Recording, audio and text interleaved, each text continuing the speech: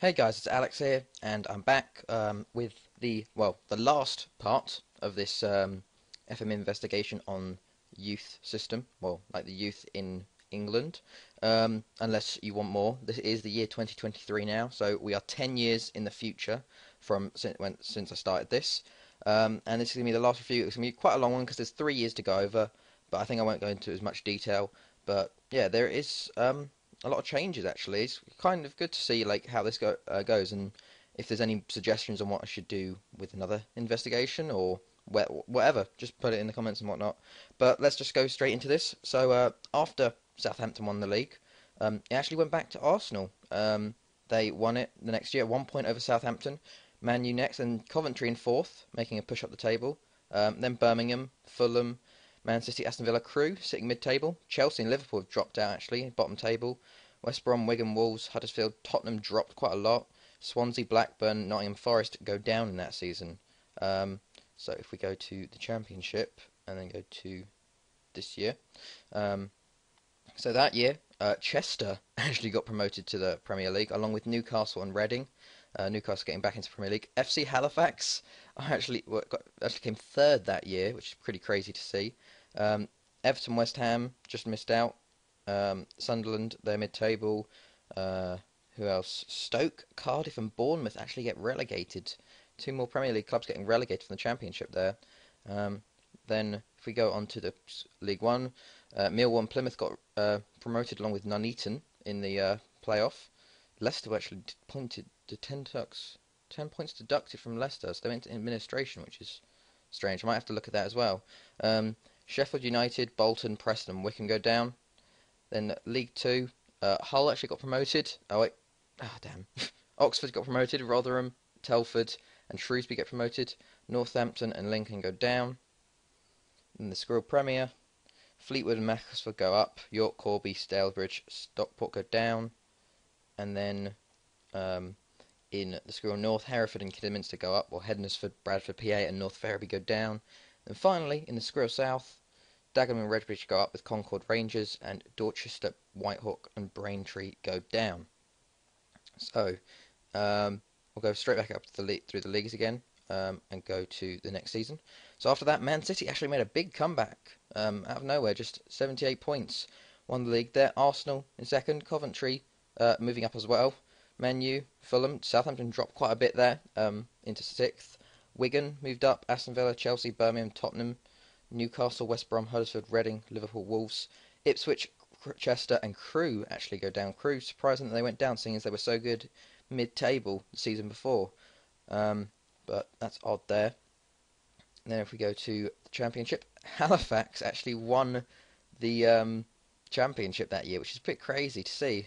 West Ham going up along with Blackburn. I guess they've had some good youth then. Walsall, Millwall, and Colchester go down. Everton still in the Championship along with Sunderland. Swansea down in the middle table. I think that's it for Premier League clubs there. League One. Then Telford, Bury Town, and Stoke go back up. Norwich and Cardiff mid-table in League One. QPR down there. Hull get relegated again. They're just yo-yoing between the leagues at the moment. Shrewsbury, Rotherham, and Sheffield Wednesday go down also. League Two, Doncaster, Barnet, Blackpool, and Bradford go up. Hartlepool and Wycombe go down. Squirrel Premier, Torquay and Dagenham and Redbridge go up. Canvey Island, Tamworth, Hayes and Yedding and Billericay go down. Squirrel North, Corby and Solihull go up. Barrow, Stockport, Alfreton go down. And finally the Squirrel South, Wealdstone, Welling go up. Weston-super-Mare, Dover and East Thurrock go down. So then we go on to this year, and actually Coventry won it this year. This is the first time second time it's been a club that's not, well, it's the first time it's not a Premier League club. Coventry from League One going when winning it, which is with Paul Lambert as manager. Then Fulham in second, Southampton in third. That's a bit crazy there. Arsenal, Liverpool, City, Aston Villa, Man U, Birmingham, Chelsea, West Brom, Tottenham, Wigan, West Ham, Newcastle. Halifax actually avoiding the drop there. Reading, Blackburn, and Huddersfield go down. Championship, Chester get promoted again on 102 points though, which is pretty good. Everton go up.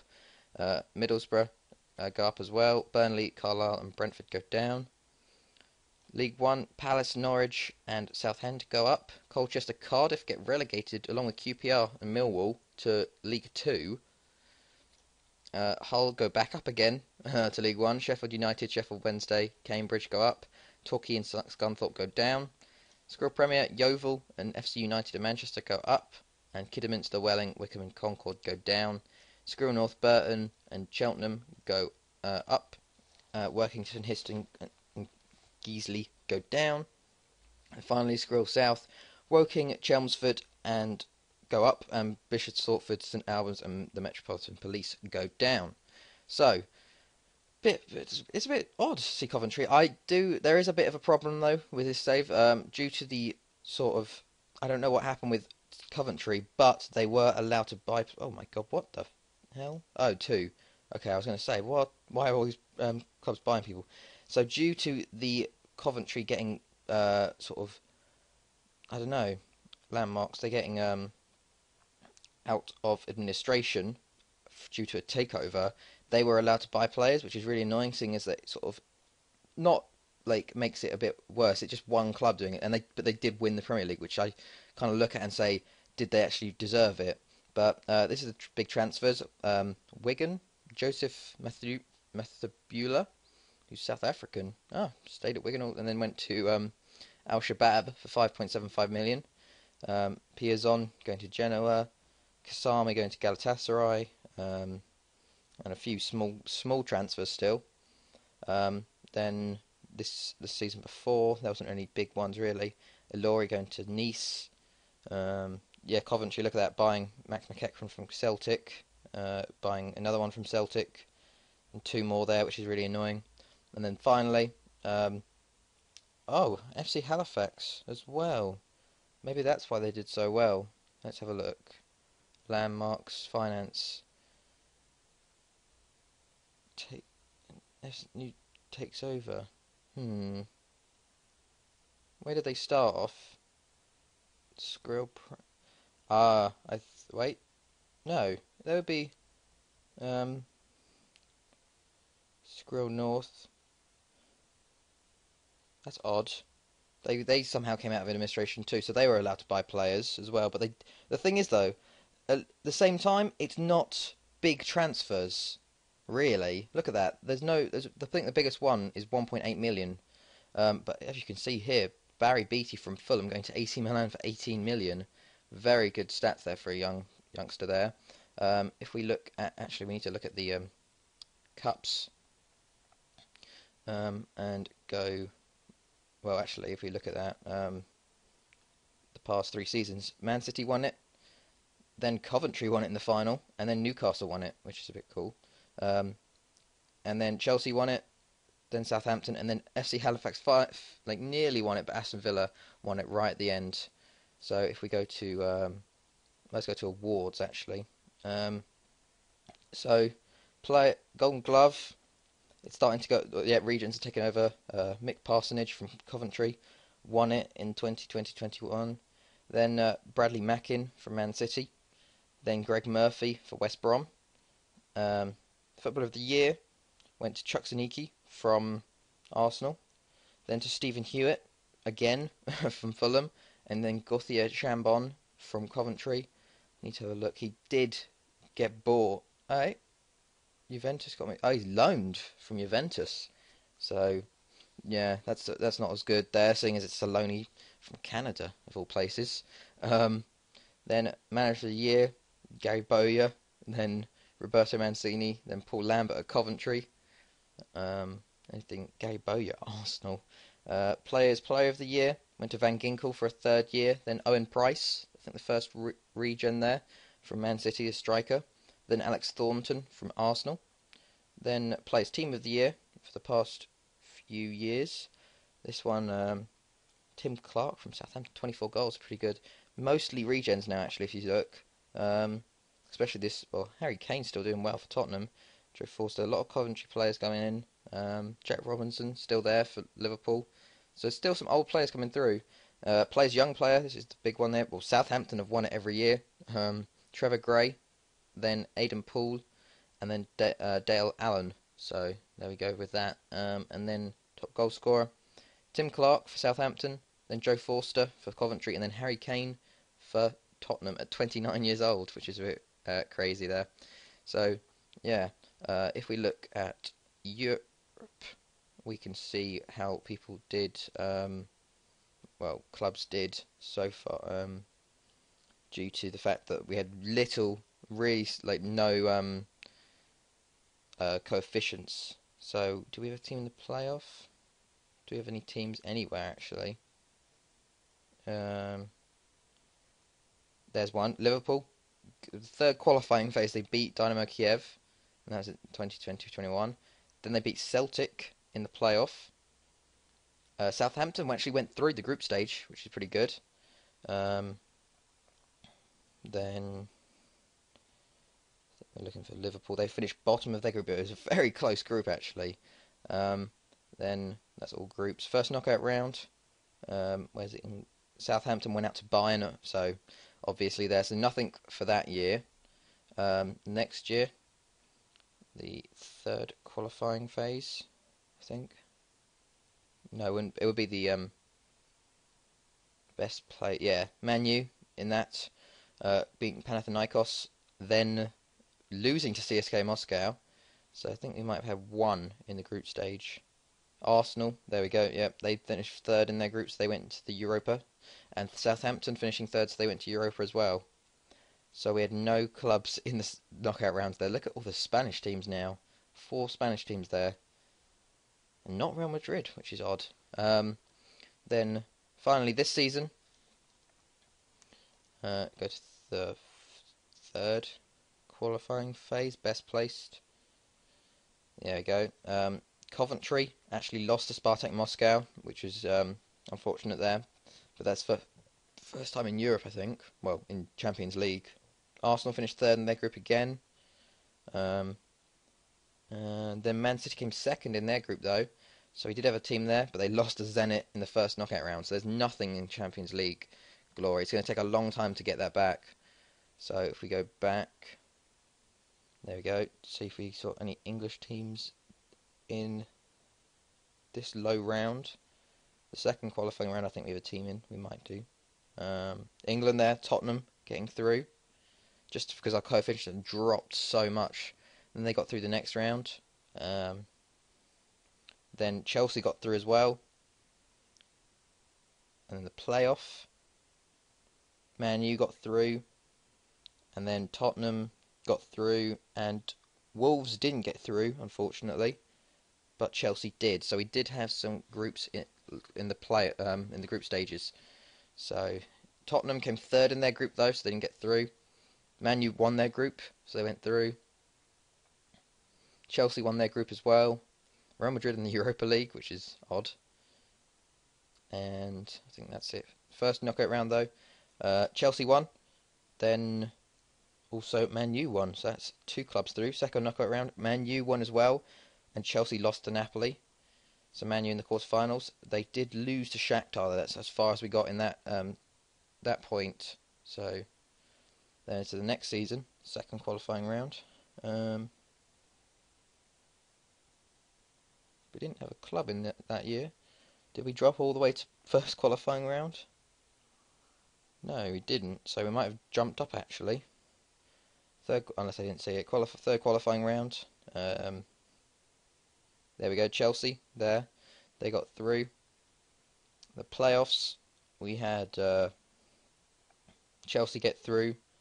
Coventry get through. And that's it. Odd. Group stage. That's it. Man U topped their group. Who else? Coventry topped their group with Real Madrid in, which is pretty crazy. Jesus Christ, that's odd. Chelsea topped their group as well, and Man City topped their group. So we had 4 group toppers there. Arsenal then won in the first knockout round. Man City lost to Havre Athletic. They seem to be. I've seen their name a lot in Europe now. They seem to be a very good French club now.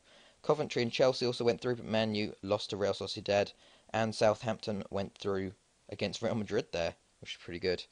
Second knockout round, Southampton went through to Olympiacos. Arsenal went through versus Bordeaux, and Chelsea actually beat Coventry, which is annoying. We want as many English clubs as possible getting through. Quarterfinals, Southampton beats Chelsea, which is annoying. We've got another English club against each other, and then Arsenal lost to Bastia. So semi-final, Southampton lost to Bastia on away goals, which is unfortunate. And that year it was an all-French final, which is strange. Then if we go to this year, first qualifying round, didn't think there was anyone in. Second qualifying round,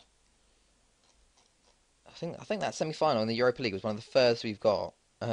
Southampton going through there, which is good in this third qualifying round. Playoff, Southampton going through along with Coventry. Then the group stage, Motherwell, bloody hell. Man U topping their group. Coventry going up second through their group. Chelsea finishing third in their group, so they didn't go through. Southampton topping their group as well. So that was the group stage. First knockout round, Southampton went through. Man U also went through. And Coventry lost to Nancy Lorraine. And Arsenal lost to Mainz. So we had two clubs. Then Man U beat CSK Moscow and Southampton lost to Bordeaux. Quarterfinals, England won. Man U won versus Bordeaux. Semi-final, and they lost to Leverkusen. So unfortunate that was the closest we've ever got is the semi-finals now. So actually, if we look at Europe, we can look at the seedings and the coefficients, nation coefficients. England have dropped to 5th. Rankings, they're in 7th, which isn't bad. Qualifying places, we're actually moving up. We got 2 in the group stage, 1 in the playoff, and now we got 3 in the Europa. So it's not too bad anymore. But we have definitely dropped. We are top in real life, but there we go. So last of all, we're going to look at the England side, see how they've been doing. So if we actually look at the England squad right now, we can see it's full of young regens. Lee Shelley at PSG. He went from West Ham and now he's at PSG. Aidan Poole and Price. I think, is there any actually real players still? Eric Dier from Porto, Ward-Prowse, Harry Kane, Ben Hallas. They got him from Derby. Wow, there's some big transfers. It's odd to see there's a lot of Celtic players still. Oxlade-Chamberlain's still doing well. But yeah, so if we look, V.S. Boas is the manager. If we look at the fixtures, 2021, the World Cup why are we in the Confederations Cup? That's odd. Oh, that's why. Friendly. Well, okay, so I'll just take you through. We had the European Championships in the year 2020, drew 2-2 with Slovakia, and then 2-0 versus Sweden with Harry Kane getting 2.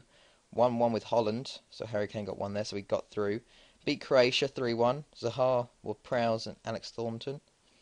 Beat Spain 2-0 in the quarters, Stephen Hewitt and James Ward-Prowse. Beat Czech Republic in the semi-final, Alex Thornton and Callum Chambers. And then we've won the European Championship 4-2, Alex Thornton with 2, Stephen Hewitt and Jesse Lingard. So that's very odd there that we won it. So it kind of shows we can bounce back. Then we had World Cup qualifiers, 3-1 versus Cyprus, 6-0 versus Andorra. Then we lost to Israel, drew 1-1 with Belgium, won against Latvia, drew in a friendly with France.